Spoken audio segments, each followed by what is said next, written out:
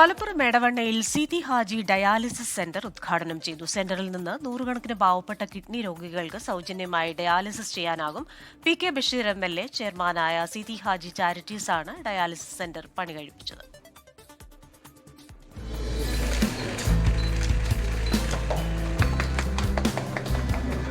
സിതി ഹാജിയുടെ സ്മരണക്കായി പി.കെ. ബഷീർ എം.എൽ.എയുടെ നേതൃത്വത്തിൽ ആയിരക്കണക്കിന് രോഗികൾക്ക് ആശ്വാസമേകുന്ന എടവണ്ണയിലെ സൗജന്യ ക്യാൻസർ സെന്ററിന് പുറമെയാണ് കിഡ്നി രോഗികൾക്ക് ആശ്വാസമേകുന്ന ഡയാലിസിസ് സെന്റർ കൂടി ആരംഭിച്ചത്.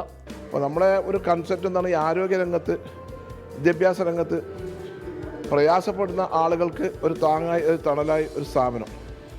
ഇതുപോലുള്ള ആരോഗ്യ രോഗങ്ങൾ വന്നാൽ സാധാരണക്കാരുണ്ടാകുന്ന പ്രയാസം, ബുദ്ധിമുട്ട്. എൻ്റെ കുടുംബപരം സാമ്പത്തികവും കാര്യങ്ങളൊക്കെ ആയിട്ട് പോയി. പക്ഷെ എന്നാലും ഒരുപാട് സാമ്പത്തിക പ്രയാസങ്ങൾ നമ്മൾ അനുഭവിച്ചു.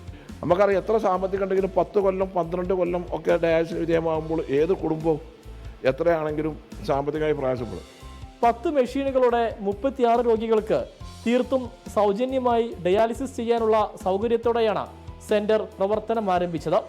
Priyanka Gandhi MP dialysis centre നാടിന് സമർപ്പിച്ചു. എൻ്റെ വാപ്പ ഒരുപാട് പ്രയാസം അനുഭവിച്ച്, ജീവിതത്തിൽ ഒരുപാട് പ്രയാസം അനുഭവിച്ചവനാണ്. അങ്ങനെ സ്വയം പ്രയത്നം കൊണ്ടാണ് കച്ചവടമൊക്കെ ചെയ്ത് സാമ്പത്തികമായിട്ടും ഒക്കെ ഉയർന്നു വന്ന് പിന്നീട് രാഷ്ട്രീയത്തിൽ വന്ന് മുസ്ലിം ലീഗിലൂടെ ഒക്കെ വന്ന്. പക്ഷേ വാപ്പാൻ്റെ ഒരു പോളിസി ഉണ്ടായിരുന്നു, പാവങ്ങളെ സഹായിക്കുക എന്നുള്ളത്. അത് എപ്പോഴും നമ്മളോടൊക്കെ പറയും. അതാണ് എൻ്റെ രാഷ്ട്രീയ ഗുരു. ചടങ്ങിൽ പാണക്കാട് സാദിഖ് അലി ശിഹാബ് തങ്ങൾ, P.K. കുഞ്ഞാലിക്കുട്ടി തുടങ്ങിയവർ സംബന്ധിച്ചു.